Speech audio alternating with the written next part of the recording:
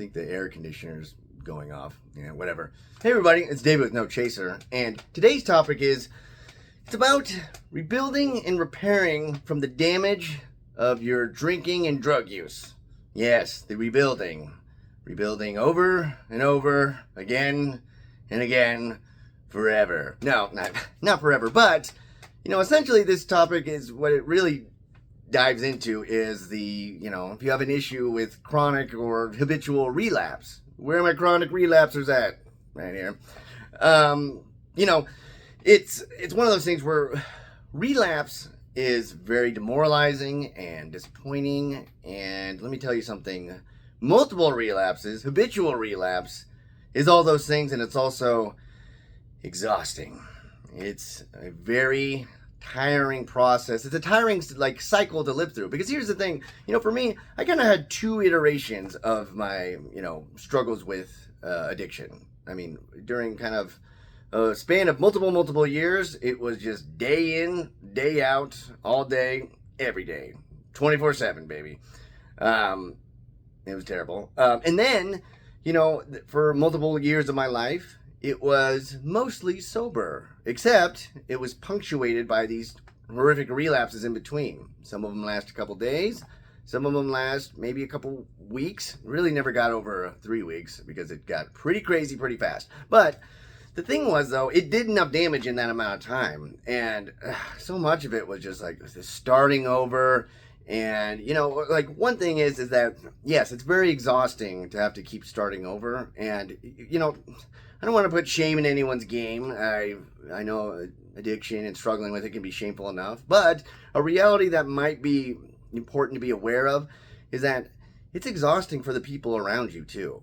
One of the biggest things is that, yes, we all like congratulations and we all like validation. And, it's good to have people in your corner rooting for you and cheerleaders. But one of the big things I've learned is that the best case scenario is if you're your biggest cheerleader. And another thing is that it's probably not a good idea to kind of rely on that to be your, sole motivation and inspiration to keep going. Because the thing is, people have their own lives, or people, who knows, staying sober could become the norm, or at least start to, and that's the ultimate goal, right? But as that goes on, the congratulations are going to get less and less. I mean, it may be a big deal, or not maybe. It's a big deal if you hit a year, and then that'll be nice, but then it's kind of back to your regularly scheduled programming. And at a certain point, it has to be done for you. This has to be the thing that you want, that ultimately you're rooting for yourself. And, in my experience with multiple relapses, the sort of people steadfastly rooting for you in your corner with the little pennant with the flag thing on it gets less and less. And I don't blame them. Not one bit. Because they've seen it before, and it's just... It's almost too disappointing to get, really mentally or emotionally invested in it. I was in a relationship where, to be honest, I was sober for most of the relationship, but because of that aspect, it kind of got destroyed because over time the person just built up walls, and understandably so, because it was hard to get hopeful again. And it was hard to, one of the things is that my, stints of sobriety would get longer, but... And as much as it should conjure up hope, having more and more success. One thing is with the relapse, it would ultimately make it feel unsuccessful completely, which is not true. It would just kind of feel that way. But the other thing is that, and this is the scarier part, is over time, even though I was technically more and more successful, I was becoming more hopeless. Towards as it got further along, because I was just I'm just part of another cycle. I may have used to be in a cycle where it was the cycle that was daily. Now I'm in this weird, quarterly cycle where, after 3 months, go back out, or, just the kind of, again, the constant restarting and rebuilding. It's kind of it's really, really tough if you've had a lot of jobs, not just because you want consistency in your life, but the thing is that means you're always kind of the newbie. It means you're always getting trained, you're always starting in a place where you don't really know what's going on. There's an insecurity with that. It kind of sucks to always have to be learning. And that kind of goes hand in hand with the constant relapse, because here's the thing, and this is one of the worst aspects of it, is that, there's always the difficulties and obstacles and just tough times with even long-term sobriety and recovery. But it does, as just about everyone will tell you, it does get easier over time. However, if you keep relapsing after a couple weeks or a month or a couple months, you're doing the hard part over and over again. You're doing the hardest part. You know, you're going through the withdrawals and that detox period, all the physical one. Two, you're going through those really, that shaky and fragile time where, you may be like biologically okay, kind of health-wise, brain chemistry is a little bit messed up. But, it's just, there's cravings you're dealing with, and there's just kind of the, you could be also kind of trying to get over whatever things you may have done that you regretted, or, the sort of guilt and the shame of just doing it in the first place. And, usually at a certain point, you'll start making headway, and then things will start getting better. Your life will start stabilizing. But if you relapse, then you go back to that. It's not like you just hop off and then hop back on. It takes you all the way back to that original stage. And hopefully you haven't messed up too many things. Hopefully you haven't messed up anything at all. But it feels like that in your head. And, I know I know all too well, there's a sort of fatigue of that constant, one, you don't want to do that little parade of apologies, mainly because, nobody even wants to hear them anymore. I would get to this weird place where people would kind of know if I fell off, I'd be more kind of isolated, less active, less of my presence. And I didn't even really have to tell them. And at a certain point, I'd acknowledge it, but I'm getting way past any sort of promise making or anything like that. Like one good example of this is that I know a lot of people. Here's the funny thing. I'm incredibly candid on this thing, right? This is a YouTuber and thing, and my podcast, Shoeless in South Dakota.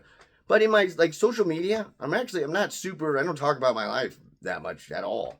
And I remember I made one sort of post about that even addressed me being an alcoholic and an addict and being in recovery, and that's when I hit a year. All the other times, if I had a month or something like that. It's whatever you want to do. It's fine. I kind of wanted to put it put it in a separate place, not on social media. But the other thing is that there was a part of me that was just like, well, I don't want to do this. And then 6 months later, I'm going to do the 30 days post again. And, people, for the most part, people will just be glad that you're trying and if you have some success. But in here, it just feels kind of like,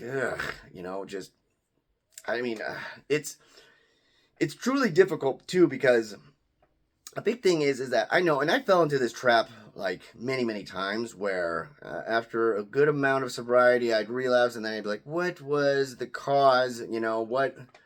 What I just try to investigate, which is good to do, to reflect and see kind of where you went wrong. But I was always stuck, when I say the trap, I was always stuck in this idea that, well, no, it had to be some big thing, some huge psychological thing, some very complex and complicated thing that, because this is so important to me, something also equally important had to throw me off. And, over the years, I realized when you're early on, it actually doesn't take that much. That's what I mean when I say, starting off in that stage and being vulnerable and fragile. Even if you have so much riding on it and you want with all your heart and your mind to stay clean and sober, it doesn't take much to throw that off. That's the whole thing about relapse, is that you don't have to be messing up for weeks and days. It can take one bad afternoon and one impulsive decision. And that's why there's they say an ounce of prevention is worth way more than a pound of cure, because it's easier to avoid temptation than to resist it. All that type of stuff is basically what it's saying, is you really need to be preemptive. Because I know one thing is that if I'm in that sort of relapse mode, if I'm going to go to the liquor store, nothing's going to stop me at that point. Not even if I'm in the liquor store, not even if I have the bottle in my hand, no. If I am driving there, if I put the keys in the car to drive there, it is way too late. And that's the thing. That's usually what I think of, is that's that's when you have to make the call. And at least in my way, in my mind, that's too late. It has to be done before that. And, that's what I've kind of been learning is that it's almost like you can't be too hyper vigilant in a way. I mean, you don't want to cause yourself stress, and worrying is not useful. It's good to be sort of prepared and to make plans, make a schedule. Just worrying though, like just stuff you can't control, that's really unhelpful. But yeah, I mean, getting back to that, just the idea of just starting over, it's like exhausting for the soul. And I came to this point where I was like, dude, and I may have said this before. Again, there's a lot of times of like this deja vu, but I was like, dude, let's just pretend this is a clean slate. We're not gonna think about maybe how many times you've done this or anything else like that. That's pointless and unhelpful. It's a nice little avenue into like sort of shame, needless shame. This is a clean slate, and we have to. And one thing I've really, really been trying to do is to adopt the mindset that you can't think, you can't have any self-talk, you can't have anything in your mind that even hints to the idea that drinking or using is an option.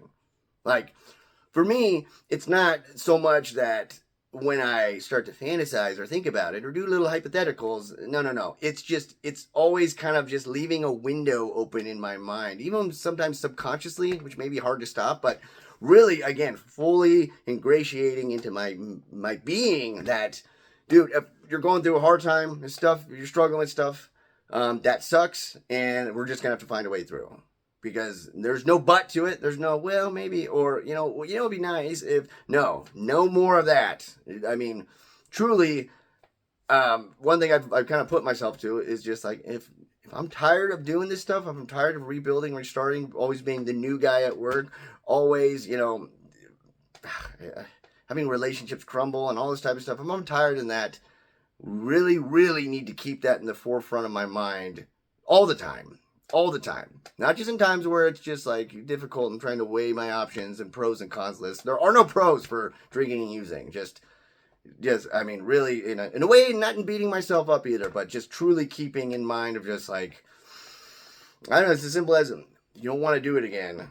Then it's easy when you're feeling good. It's easy when things are kind of going smoothly to be like, yeah, I don't want to live that way again. It is when things are incredibly difficult, when the obsession comes there, it's just like, all right, remember, do we really not want to go through that again? There's no more, and who knows? Every relapse is a sort of spin of the wheel of madness and just what could happen. Maybe something irreversible. So, I don't know. Anyways, if you struggle with that, I sincerely empathize with it. And right now I'm going strong and I'm not going back. Today I'm not going back.